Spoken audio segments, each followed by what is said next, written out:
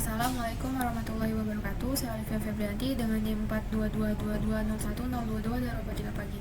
Baik, di sini saya akan menjelaskan program yang telah dibuat untuk memenuhi tugas UAS.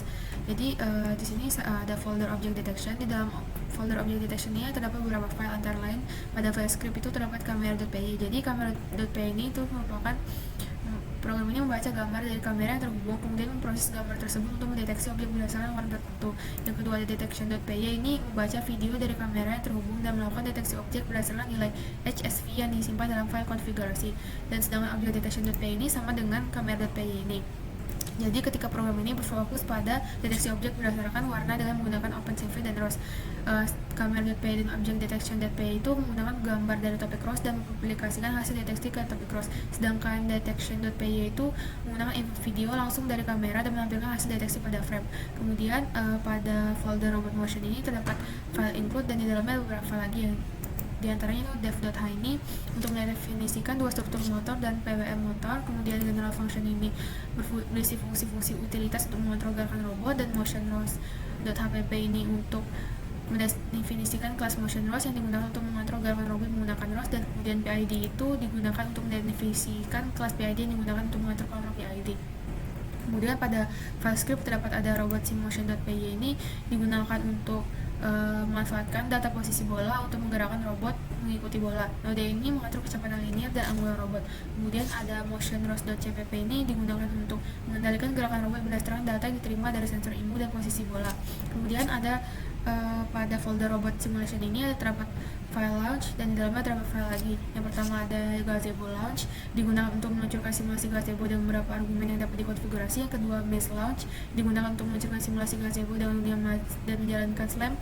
Dan yang ketiga ada airfish launch, digunakan untuk meluncurkan airfish bersama dengan beberapa metode tambahan untuk mempublikasikan status robot.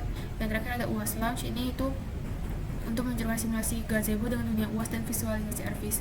Dan pada file URDF ini, folder URDF ini terdapat beberapa file, antara lain gazebo control.gazebo ini. File ini adalah file konfigurasi untuk plugin gazebo yang digunakan untuk robot.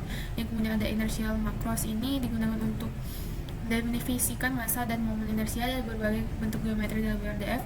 Yang ketiga ada robot core.sacro ini mendefinisikan makro inersia yang sama dengan file sebelumnya, sedangkan robot.urdf.sacro ini adalah sama dengan robot core sacro, yaitu menggunakan sacro untuk mendefinisikan robot. Baik, sekian dari video penjelasan saya. Mohon maaf apabila ada. Assalamualaikum warahmatullahi wabarakatuh. Perkenalkan, nama saya Laura Puterayu dengan NIM 13. Di sini saya akan menjelaskan program yang ada pada Arduino untuk pergerakan motor.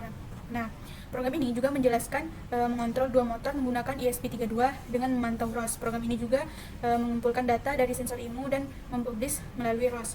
Nah, berikut itu ini adalah inisialisasi node pada ROS-nya. Terus ini inisialisasi definisi pin-pin yang ada pada robot untuk pin motornya.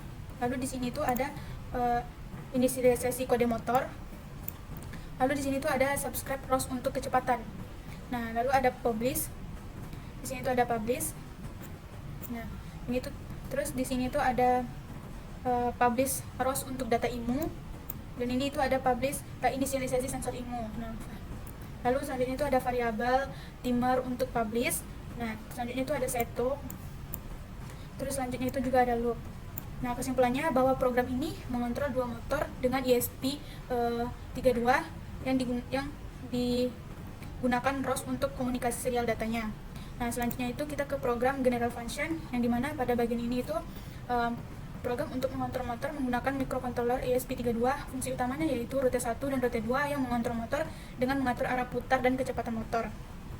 Nah, untuk bagian ini, untuk bagian warp angle-nya ini itu adalah fungsi untuk memastikan bahwa sudut angle selalu berada pada 0 hingga 160 derajat. Nah, lalu pada fungsi throttle satunya itu berfungsi untuk mengatur kecepatan. Nah, untuk throttle 2-nya itu berfungsi sama dengan throttle 1,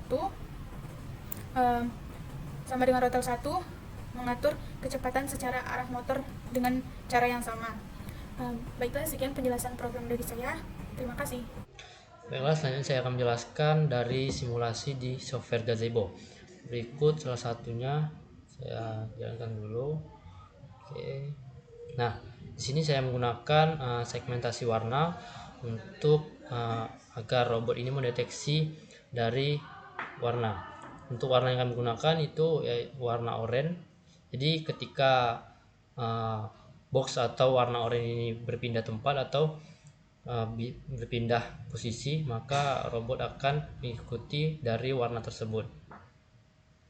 Oke, terlihat robot mengikuti dari warna oranye tersebut.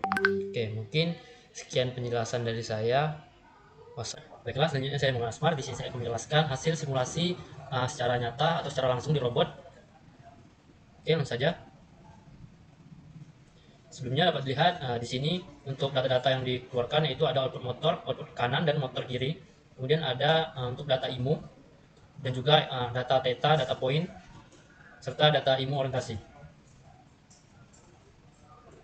Kemudian di sini kami menggunakan segmentasi warna untuk programnya. Jadi kami setting warna kuning agar terlihat.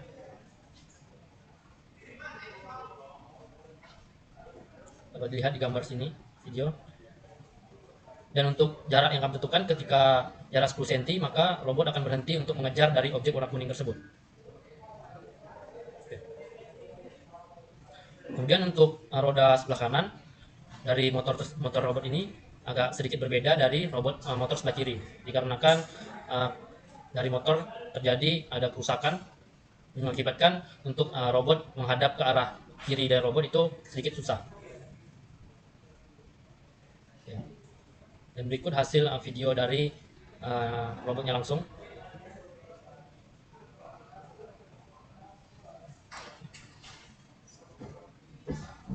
Oke, mungkin sekian penjelasan video simulasi dari saya. Saya akhiri. Terima kasih.